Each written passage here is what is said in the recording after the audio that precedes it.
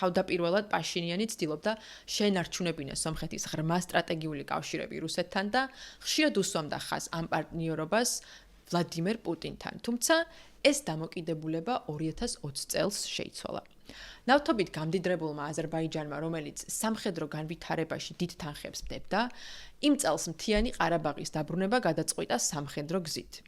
რუსეთი, რომელიც წლების განმავლობაში ორივე მხარეს აწვდიდა იარაღს ომში, მხოლოდ ბოლო მომენტში ჩაერთო. სომხეთს უკვე სტრატეგიული პოზიციები დაკარგული ჰქონდა. შეთანხმების პირობებით რუსი სამშვიდობოები ყარაბაღში განთავსდნენ, თუმცა სომხური საზოგადოება ამას მარცხად აღიქვამდა.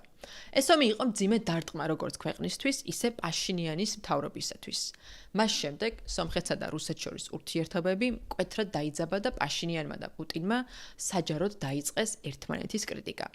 ამ ფონზე სომხეთმა დასავლეთთან მჭიდრო თანამშრომლობა დაიწყო და სომხეთმა უკრაინაში ჰუმანიტარული დახმარებაც გაგზავნა, რაც ბუნებრივია მოსკოვისათვის აშკარად მიუღებელი იქნებოდა. უკრაინაში მიმდინარე ომის ფონზე, როდესაც რუსეთმა თავისი სამშვიდობო ძალები მთიანი ყარაბაღიდან გაიყვანა, აზერბაიჯანმა დრო იხელთა და 2023 წელს მთიან ყარაბაღზე ხელახალი სამხედრო იერიში მიიტანა. ამჯერად რუსეთმა არც კი სცადა კონფლიქტის შეჩერება და აზერბაიჯანის გათვლაც სწორედ ეს იყო. როგორ დაიცავდა რუსეთი სომხეთს, როცა თავისი ომიც ეყოფოდა.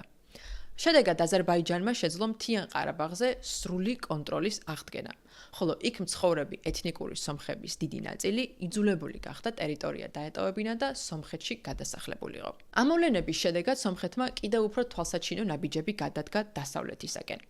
ქვეყანა შეუერთდა საერთაშორისო სისხლის სამართლის სასამართლოს ICC-ს, იმავე ინსტიტუტს, რომელიც იძიებს რუსეთის სამხედრო დანაშაულებს უკრაინაში. მოსკოვმა კი ეს გადაწყვეტილება მკაცრად გააკრიტიკა. ნიკოლ პაშინიანი არც დსთ-ს 2023 წლის სამიც დაესწრო, რაც რუსეთის ოფიციალურმა პირებმა დასავლეთის დავალებად და ანტირუსულ ნაბიჯად შეაფასეს. აღსანიშნავია, რომ სამიტის ბოიკოტს მოჰყვა პაშინიანის მაღალი დონის შეხვედრები საფრანგეთში.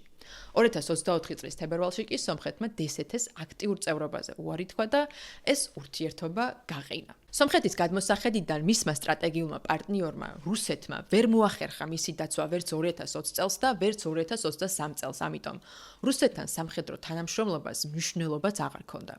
2025 წლის იანვარში სომხეთმა შეერთებულ შტატებთან სტრატეგიულ პარტნიორობას მოაწერა ხელი, რაც კიდევ უფრო მიანიშნებს სომხეთის საგარეო პოლიტიკური ვექტორის ცვლილებაზე. მაგრამ ნიშნავს თუ არა ეს რუსეთის გავლენის საბოლოო დასასრულს სომხეთში. შეიძლება მოვლენები გარეგნულად სწორედ ასე გამოიყურებოდეს, თუმცა რეალობა ბევრად უფრო რთულია.